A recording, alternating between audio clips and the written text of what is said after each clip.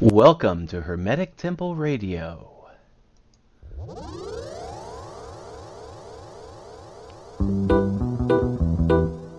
Positive people.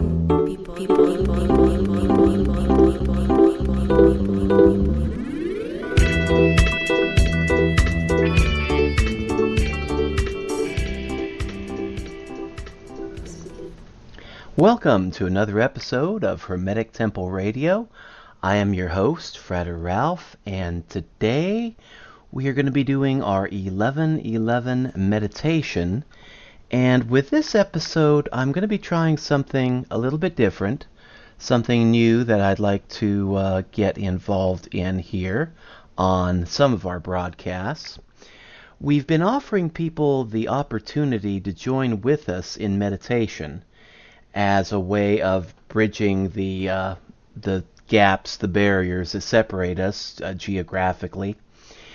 And, a lot of our supporters are scattered all around the world, and we really do not have much of a chance as of yet to all gather together under the same roof and talk to one another and practice meditation together.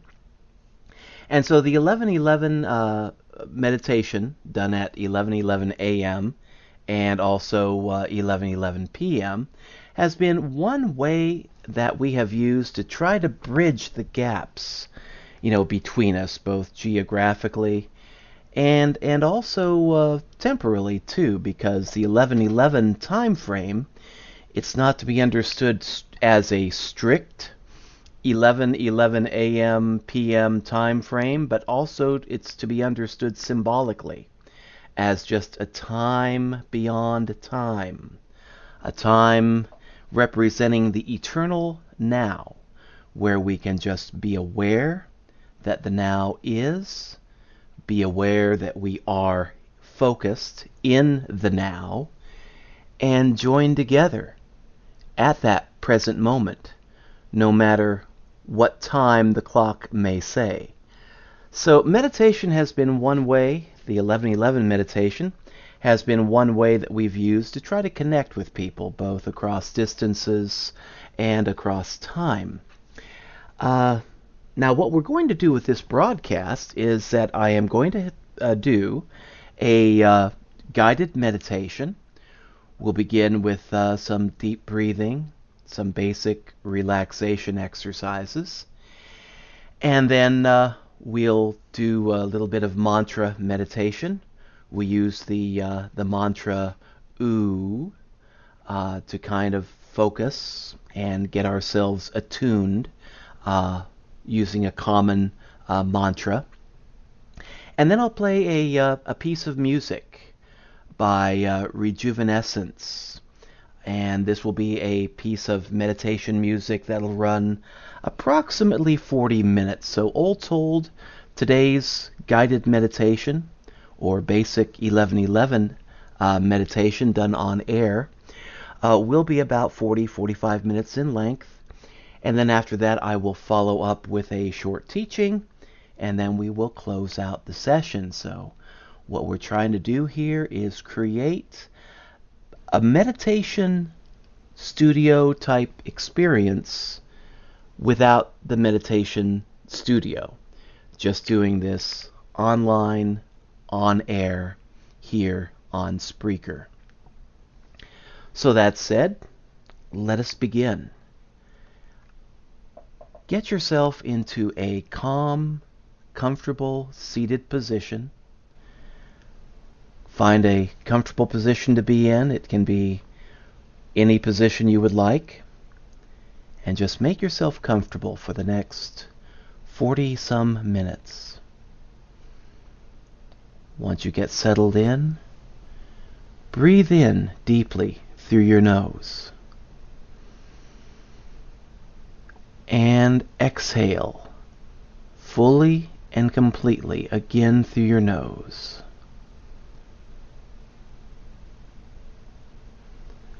Again, breathe in deeply through your nose. And then exhale completely. Feel the cares of the day, the cares of your life just float away. Inhale positive energy. Exhale negative energy. Inhale again, rather deeply. Now hold it.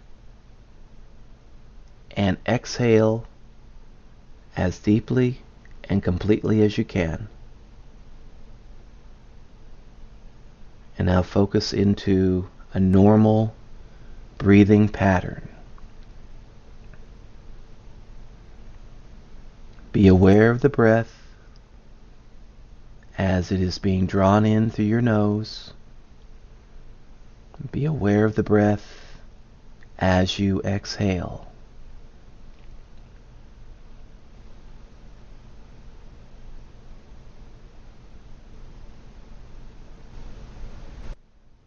And now, as you breathe in,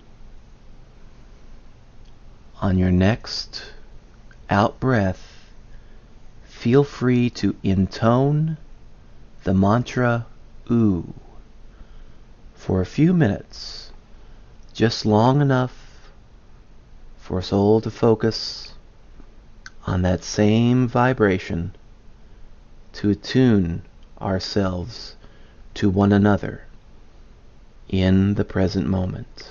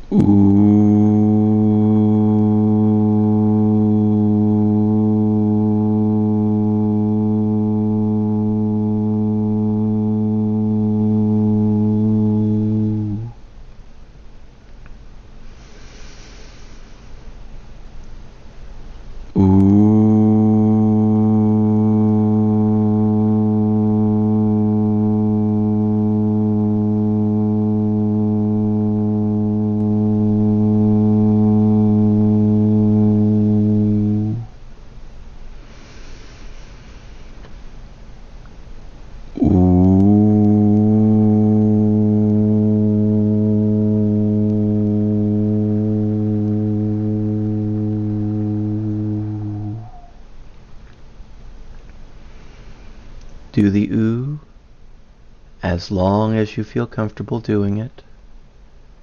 And then when you can feel that you can achieve a relaxed, calm state, focusing in on the sound of the music, let yourself go and be at one with the universe and with one another. Ooh.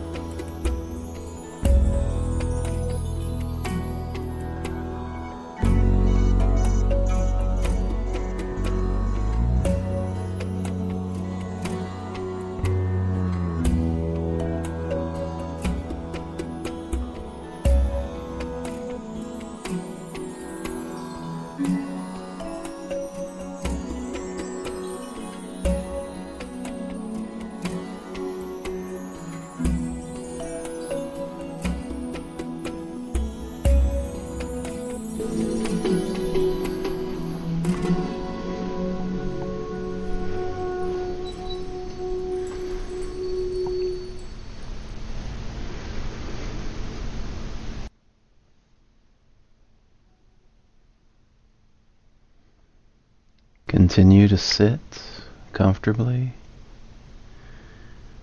breathing in, breathing out in a calm, relaxed manner. Gradually, if your eyes are closed, open your eyes. Prepare to return to normal, awakening consciousness.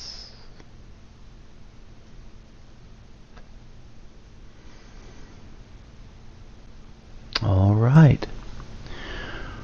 Well, I'd like to thank everybody for joining us for the meditation. I think we're going to be doing something like that, probably at least 2 or 3 times a week, where folks at a distance can join with us in a common meditative practice. And now I'd like to offer up a basic teaching on the transformative power of meditation.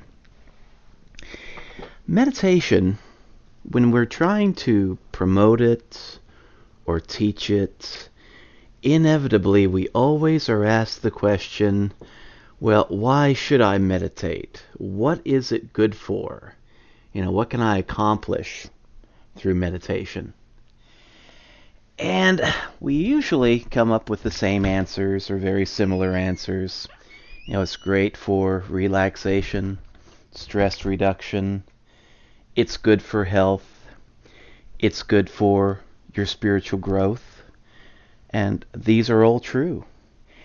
And one thing that I would like to stress, just from a personal share from my own life, is how powerful meditation can be in your own personal transformation, or in the personal transformation of anybody that cares to give it a try.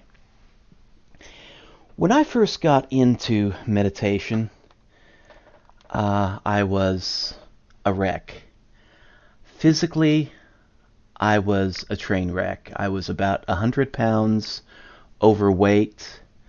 My blood pressure was dangerously high. triple digits, and that's just for the bottom lower number. It's supposed to be around 60 or 70. I was a mess, and I was drinking. I was a full-blown alcoholic, and I had been a full-blown alcoholic for probably about 20 some years. And I mean, I'm talking about a level of alcoholism that really, now that I'm clean and sober, it boggles my mind to think back that I had gotten to that level. But, my early drinking days, I would start off with a 12 pack. And I had a very high tolerance for alcohol. That was like in high school and in my early days of college. Later, as my alcohol addiction increased and became worse and worse, I was up to a case of beer. And as I became involved in church ministry, which really seems weird now because I was a full-blown alcoholic and a church minister of a traditional brick and mortar church, I somehow got the idea in my head that if you drink vodka, people won't be able to smell that on your breath. And so I would drink about 1.5 liters of vodka, while I was in supposedly in the service of the church. And when I was out doing church functions and all that, I didn't want people to smell beer on my breath. Beer was my preferred poison. But vodka, I'd be doing that, vodka shots, pretty strong, pretty straight, and be consuming about 1.5 liters of vodka per day. So over the years, and this is something that accumulated for over 20 some years, I just became so addicted and just so blinded that I could not imagine life without alcohol. And what got me serious about finding a treatment for my alcohol addiction and getting my life straightened out, ultimately it was getting my second and third DWI, and doing it, while a church pastor, and just feeling that sense of shame, embarrassment. Shame, I think, is a better word for it. It was just beyond embarrassment to have to look at myself, knowing the person that I was pretending to be, to my congregation, and then seeing myself for who and what I was. Just a wreck of a human being. And I got my last DWI about 2 weeks before Christmas. And I was going to major seminary at the same time, increasing my studies, and carrying a full workload as church pastor and part-time seminarian, and just getting ready, for the Christmas, the busy time of the Christmas season, ministerially. And I remember feeling a sense of hopelessness, desperation. Physically, I was a wreck. Mentally, I was a wreck. I was actually suicidal. I was ashamed at what I had become. I was ashamed at the problems I had created for my family through my drinking. The mess that I was creating for my congregation, because I didn't want to scandalize the church with, letting them know that their preacher had become, done terrible things and been driving while drunk and all that, while he was supposedly on his church ministries. And I just wanted to end it all. But there was some part of me that wasn't ready to give up. And I had been in AA, and I'd been messing around with AA for quite a few years, and it just didn't seem to take for me. And I didn't really fully understand why it didn't take. I do now. And I'll share that in the course of this testimony. But AA didn't work for me. The church didn't work for me. And I was just looking for something to grab onto, something that I could latch onto that would be like my ace in the hole or a magic bullet. And so, as I struggled over the next couple of weeks to stay sober during the Christmas season, to keep my basic level of sanity without eating a bullet, and sought out ways in which I could begin the healing process for myself and for my family and for others that I had wronged. I began to get involved in online AA because we live in a rural area. The groups in our rural area are not very dependable. They don't meet that often. And a lot of them have closed down, over the years. AA is there. It's just hard to find, and you have to travel a great deal of distance to make your meetings. And so I thought, well, if I could find an AA group online that I can communicate with through email, that might just work for me. And it turns out in my case, it worked perfectly. I found a group, an online AA group that had an old-timer in it that dated back to the days when the first AA group was associated with the Oxford group, or the Oxford movement. And I told him my story, and he could relate to it. He said, yeah, I was kind of a good old Catholic boy in a French-Canadian sort of a way, and I know where you're coming from, Pastor. And he shared with me how the early folks in the earliest AA groups got sober, and the practices that they undertook. And one practice was called quiet time, in which the people would start out their day with about a 1 hour period of just meditation and contemplation. They would do a little bit of spiritual reading and then close their book, whatever that book was. Could be the Bible, it could be any other form of spiritual reading that appealed to the individual. And then they would spend the rest of that hour just contemplating, meditating, and asking their higher power for inspiration, for guidance. And then at the end of that hour of what I am going to call meditation, they would write down whatever insights that they gained, and that would strengthen them to go out and do what they needed to do for that day.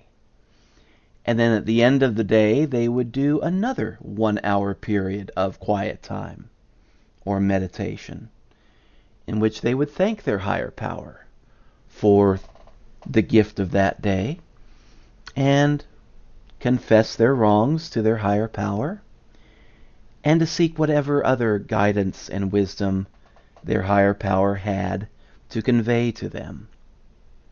So this was essentially 2 hours of daily meditation that was observed by the first folks that later became the first AA people. And that was something I had not heard in any other AA group.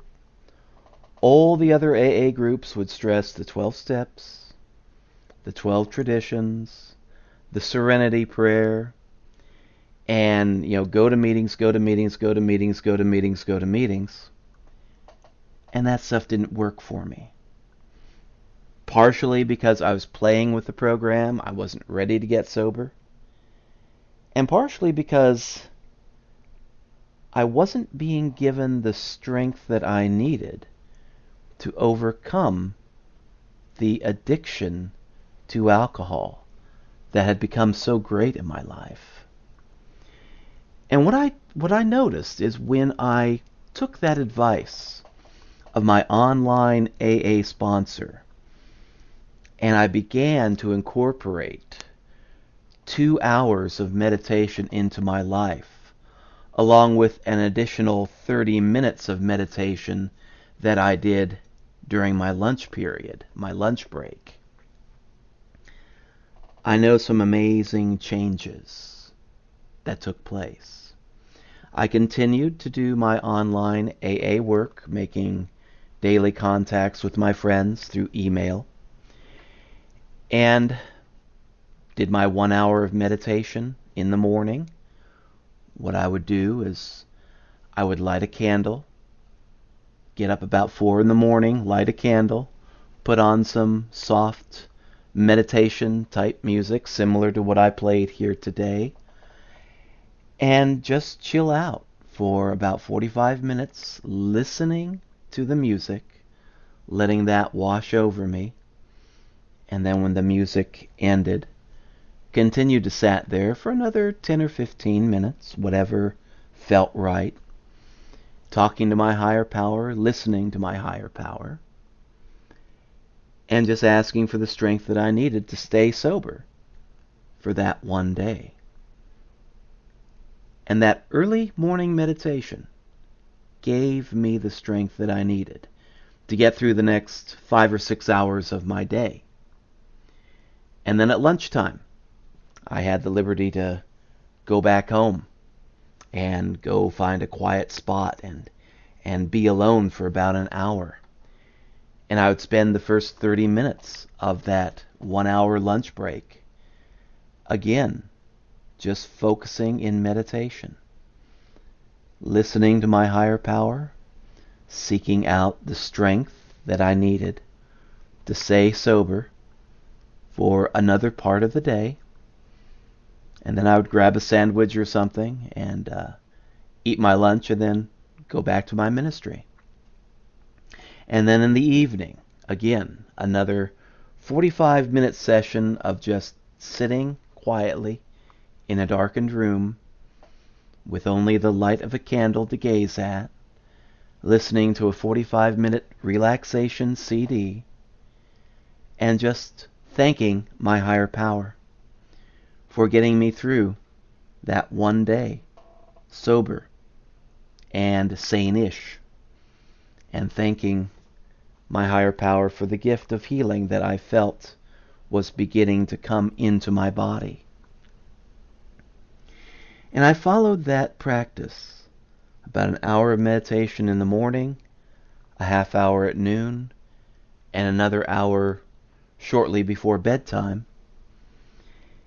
And I know some amazing things. For the first time in my life, I could stay sober for more than just a week or 2 weeks or just a few days.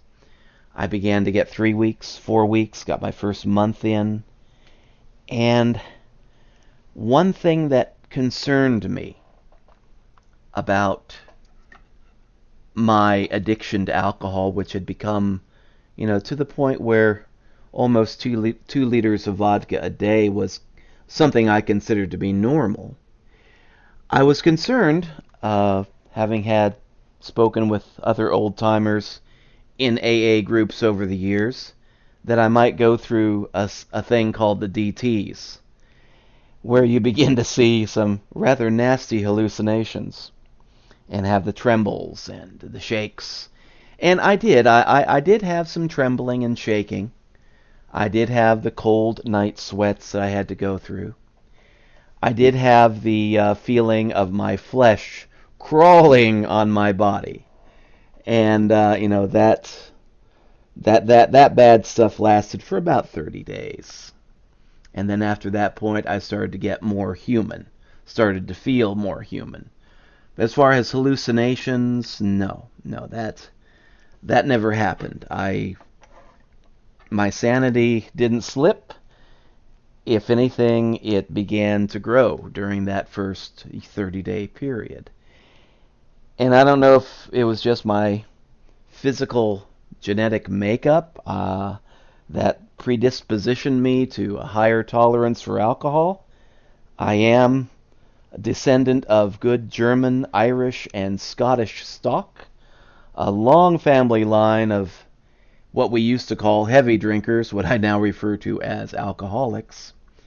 So maybe that's why I didn't go through the DTs, but I'd like to give the credit to my practice of meditation, because that did. It calmed me, it strengthened me, and I'm firmly convinced it initiated the healing process that allowed me to go my first 30 days without alcohol, my first 3 months without alcohol, my first 6 months, and then later my first year. And for me, that was a first. That was definitely a first. Beginning of a whole new life. And as I read through the steps in AA, I began to understand why previously I didn't get the AA program. And then finally, 10 years ago, I finally got it. And I got it at the worst possible time of the year, under the worst possible, conditions. It was the 11th step of the AA program. We sought through prayer and meditation to strengthen our conscious contact with God as we understood Him. And that is something that I have adopted into our program here at Temple of the Infinite Universe. When you seek out your higher power, whatever that higher power may be, whether you call it God or something else, you are given universal energy, the strength of the universe, to help you overcome your problems, whatever they may be. It may be something minor, like losing your temper, like needing to gain a little bit of calm in your life, a little bit of serenity. Maybe some physical problem, like high blood pressure. It may be something like pertaining to memory issues. Like now research is being done that indicates that meditation is helpful in delaying the onset of Alzheimer's disease and can be a very good treatment for folks that are beginning to develop Alzheimer's and other forms of dementia. So if folks are interested in healing themselves physically, that can be done through the power of meditation. And especially if one wants to connect consciously with the universe around them and to grow spiritually, meditation is a vital tool. And from my own experience, going from full-blown alcoholic to a guy who has managed to build up nearly 10 years of continuous sobriety after having had a level of addiction that, to me right now, thinking about is just unbelievable. The last time that I was stopped for driving while drunk, I was given a breathalyzer test, and the officer just gave me a shocked and a rather more than annoyed look, but a very shocked look and a very angry look. And he said, "Look, you have enough alcohol in your blood right now that you should be dead." That's how high it was. And I was drunk, but other than that, I was feeling perfectly normal. But after I'd sobered up, I realized that I had almost taken myself to the point of just complete alcoholic poisoning, where I should be dead. But through meditation, I was given the tools and the key that I needed to transform myself. And within 3 months, people around me, I had tried to keep my drinking secret, but of course it was the open secret. Folks knew that, Pastor Ralph, he's a drunk. He's a nice guy if you can keep him sober. He does a pretty good job on Sunday, but, don't bother him Sunday night because he's going to be drunk. It was pretty much the open secret that I was an alcoholic. But after 3 months, people in my parish no longer recognized me. They knew that a major change had taken place. And after 6 months, I began to sober up to the point where I began to see myself in a whole different light. I began to see myself not just as, Pastor Ralph, a Christian minister, but I began to see through my activities in AA groups, online AA groups, where I was being brought together with folks from all over the world, folks from many different countries, folks from many different religious persuasions and none. One of my online sponsors was a Wiccan. I didn't know that until after I got sober and started corresponding with her a little bit more. But yeah, she gave me a lot of advice that was out of her own experience as a recovering alcoholic and drug addict, and some of it that was from her Wiccan practice. And others, like my other sponsor, was an old French-Canadian Catholic. And then there were others that were staunch atheists. And, they all left me with the same idea that you have to seek the power within yourself. You have to seek out your higher power and then come to understand that your higher power is a part of you, intimately connected with you, close to you, always there to carry you when you need to be carried, and always there to give you the strength and the power that you need when you seek it. Some pretty good Hermetic advice that was given to me by a wide variety of people, most of whom were non-Christian. And when I began to understand that, accept it for what it was, and to incorporate that in my life, I saw within me the need to grow beyond my Christian ministry. And so after I got in a year of sobriety, conditions brought about the need for me to leave, that church ministry. It just got to the point where I could no longer comfortably function as a Christian minister, not with my background becoming known to everybody in the county, and not with my level of consciousness growing and expanding to the point that it had grown to. And so I made a break.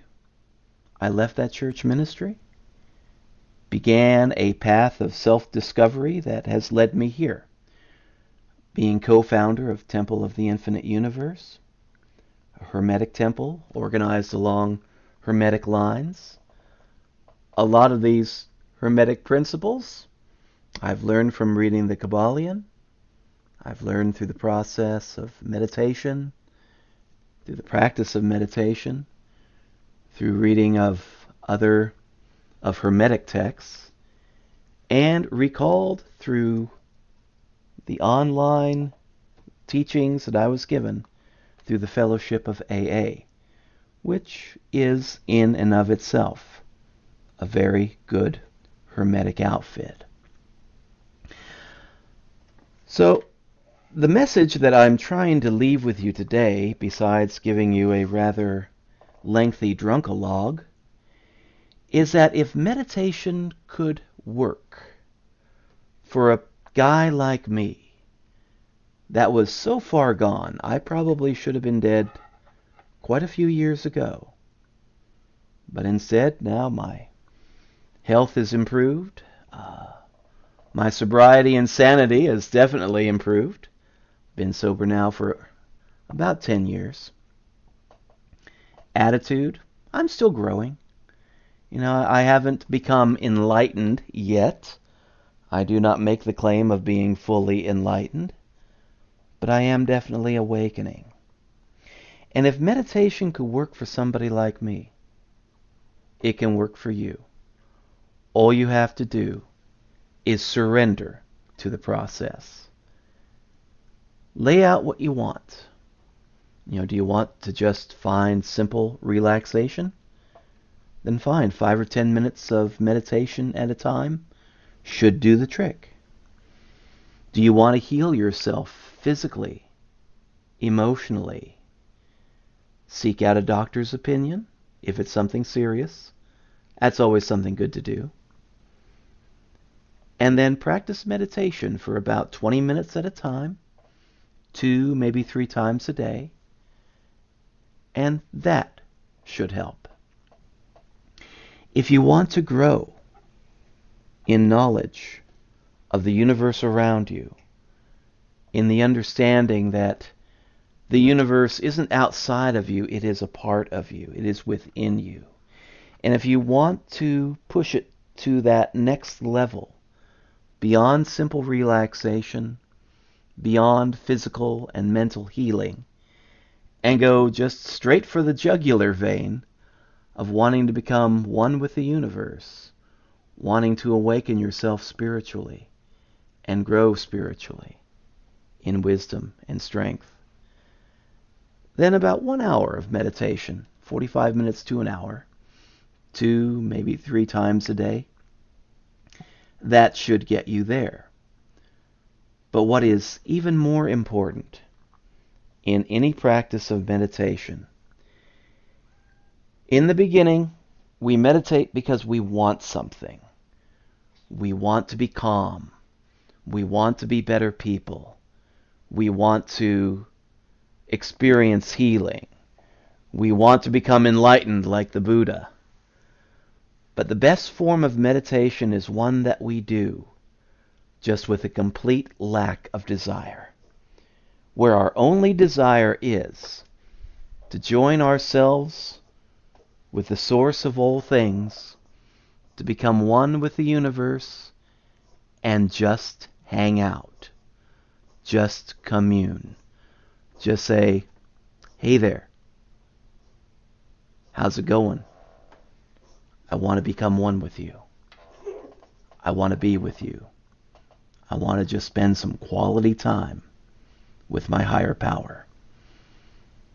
And not focus on any physical or tangible gains, but just focus upon that desire to reach out and to connect out of love. That is the highest form of meditation I can think of.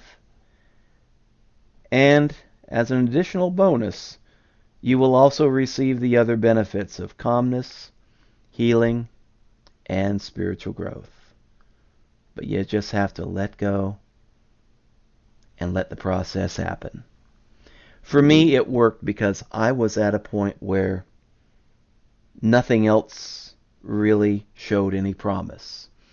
It was either give myself totally to this practice of meditation or eat a bullet. Rightly or wrongly, I felt those were my only 2 options. And as my sanity grew and my consciousness grew, I began to realize there's a lot to live for. And my higher power? Something I still refer to as God, but I'm beginning to shift in that too, referring to the Holy One or the Divine Source or just simply Source or the Force. My higher power has been with me. My higher power has never let me down. There have been tough times, but we made it through. Meditation gave me the key to do what I previously thought to be impossible. In closing, I'd like to say, after having given that drunk-a-log, if there's anybody out there listening today who is in a similar circumstance, if you've been battling addiction to drugs or alcohol, you don't know where to turn, you'd like to to talk to somebody about your troubles, I've been down that path, and I'm more than willing to listen, more than willing to do whatever I can do to help. So feel free to contact me by email using the email address hermetictemple@gmail.com, and you can find that address in the program description, I believe, in my Spreaker account, not necessarily in the program description. And you can also contact me through the contact form at www.hermetictemple.com. And if you want to reach out, I'd be more than happy to communicate with you through email. And then if we think it's appropriate, if we think that, we both feel that it would be beneficial, we can get together and talk on Skype or on the phone. So, if this resonates with you and you want to talk, feel free to contact me. I'm going to go ahead and close out this meditation session and teaching session. I'd like to thank you all for tuning in and just hanging out with the universe and with me for the last 76 minutes or so. And just would like to say that until we meet again around the universe, may you have a blessed day of spiritual discovery. Going to play a very short song here. Again, kind of a meditative song. And we'll close out with that. So until later, blessings.